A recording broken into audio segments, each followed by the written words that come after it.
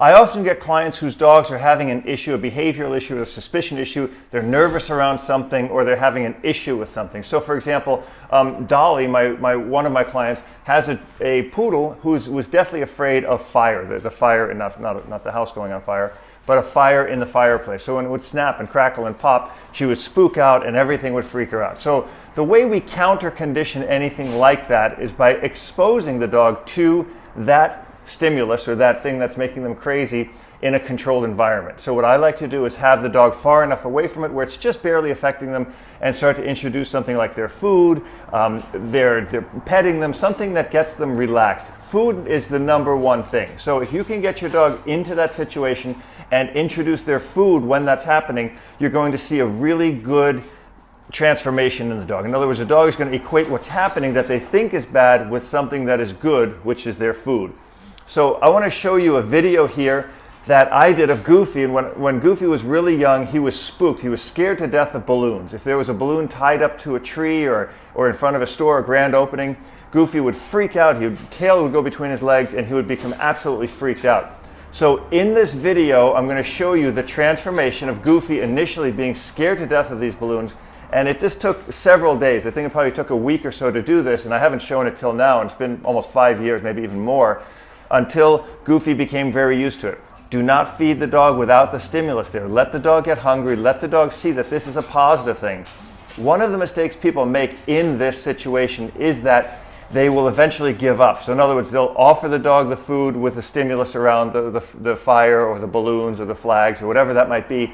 And then if the dog doesn't take it, they immediately say, well, okay, forget it, it's not going to work, and they feed the dog anyway, which further sets the negative implication in the dog's head that those balloons or whatever that is was really bad. So the food was there, the balloons were there, I was scared, I couldn't get to the food because I was so afraid, and then mom or dad removed the bad thing and now I get to eat. By doing this, you'll never ever solve the problem. If you want to solve this problem, you've got to stick with it. It might seem cruel, but if the dog goes a day or two without eating and suddenly they see the stimulus is still there, but it's not threatening them, they will start to diminish their fear of that object. Okay, so it's important that the object doesn't cause them harm. So in other words, don't take the balloon and bop them on the head with it.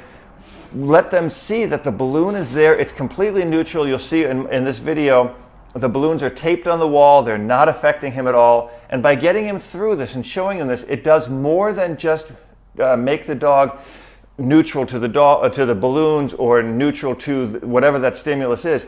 It teaches the dog confidence. That confidence can carry over into many, many other things. So once you solve one or two phobias or fears with the dog, you'll start to see the dog becomes able to solve other phobias or other fears by themselves. So take a look, see what you think. So as you can see here on the first session, Goofy wouldn't go anywhere near the food. He refused to. He was panting, salivating, and everything. So we let him. On session 2, I offered him the food by hand, and you'll see he takes the food, but gets very skittish. Anytime he looks up and sees the balloons, he gets scared, gets wall-eyed, and backs away every single time. But I don't tell him anything. I don't tell him it's okay. I don't do anything. I just offer him the food, and if he goes away, there is no food. The only time he gets food is if he comes up to the bowl. And here you see he's now trusting me enough, since I'm standing next to the bowl, that he'll come get the food out of the bowl. And this is session 2. On session 3, the food is in the bowl again. I'm not hand feeding him, and he has no choice. He either goes and gets the food, I'm behind him here recording, or he doesn't get fed. He didn't lose weight, didn't get skinny or anything like that. He just had to learn that he had to overcome this fear of the balloons to get his food.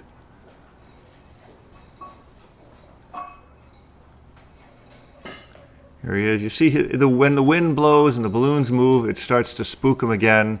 But again, I do nothing. I don't say anything. I just let him see that the balloons will not hurt him. They're on the wall. They're taped there. They're not going to fall and hit him, even though that wouldn't hurt him.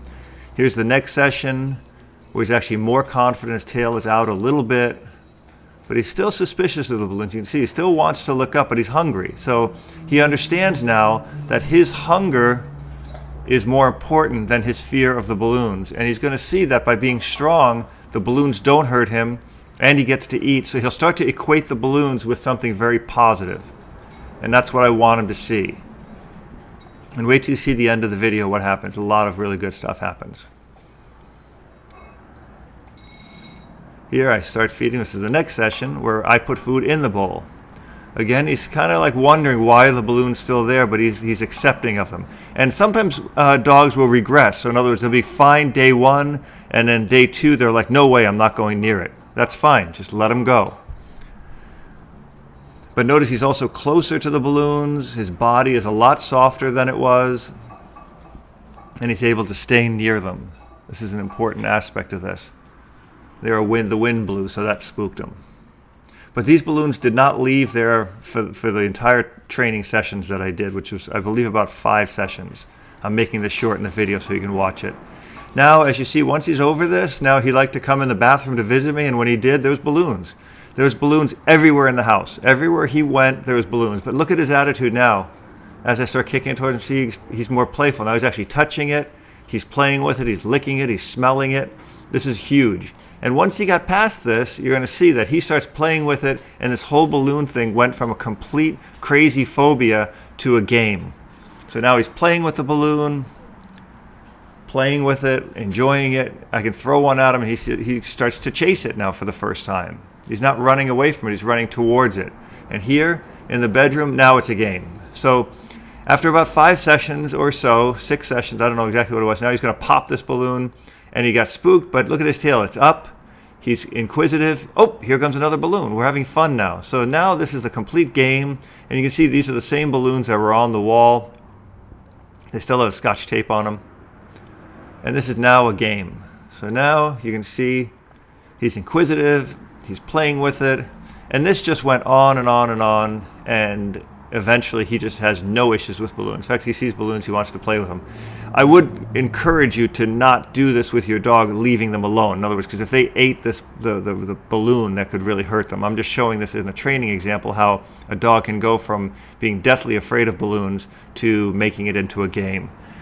Be steadfast, be strong, and your dog will get this. It's a super easy thing to do. You can see some of these balloons have no more air left because of how many days we've been doing this game.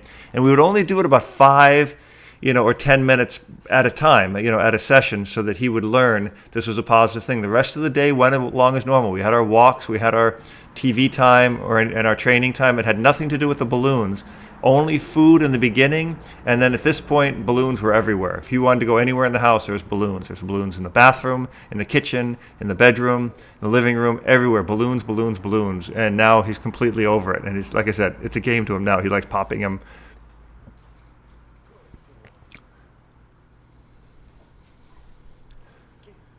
So if you're going to do this with your dog, take your time, make it happen. Stay steadfast with it, even if you think he's not getting it. Trust me, he's getting it, but it takes a long time. And those 5 sessions, those 5 days, those 7 days, or 2 weeks, whatever it's going to take you, can seem like an eternity, but it's going to happen 100%. Your dog will get over the fear. Do not feed them. Do not give them any luring or anything to try to get them near it. Let them get over this themselves and see that they will never hurt them. Make sure that the balloons don't pop in the beginning or bop them in the head or anything like that. This takes a long time, and you can see the difference from the way he acted to where he is now. It's a complete transformation in a matter of, like I said, about 5 to 7 days.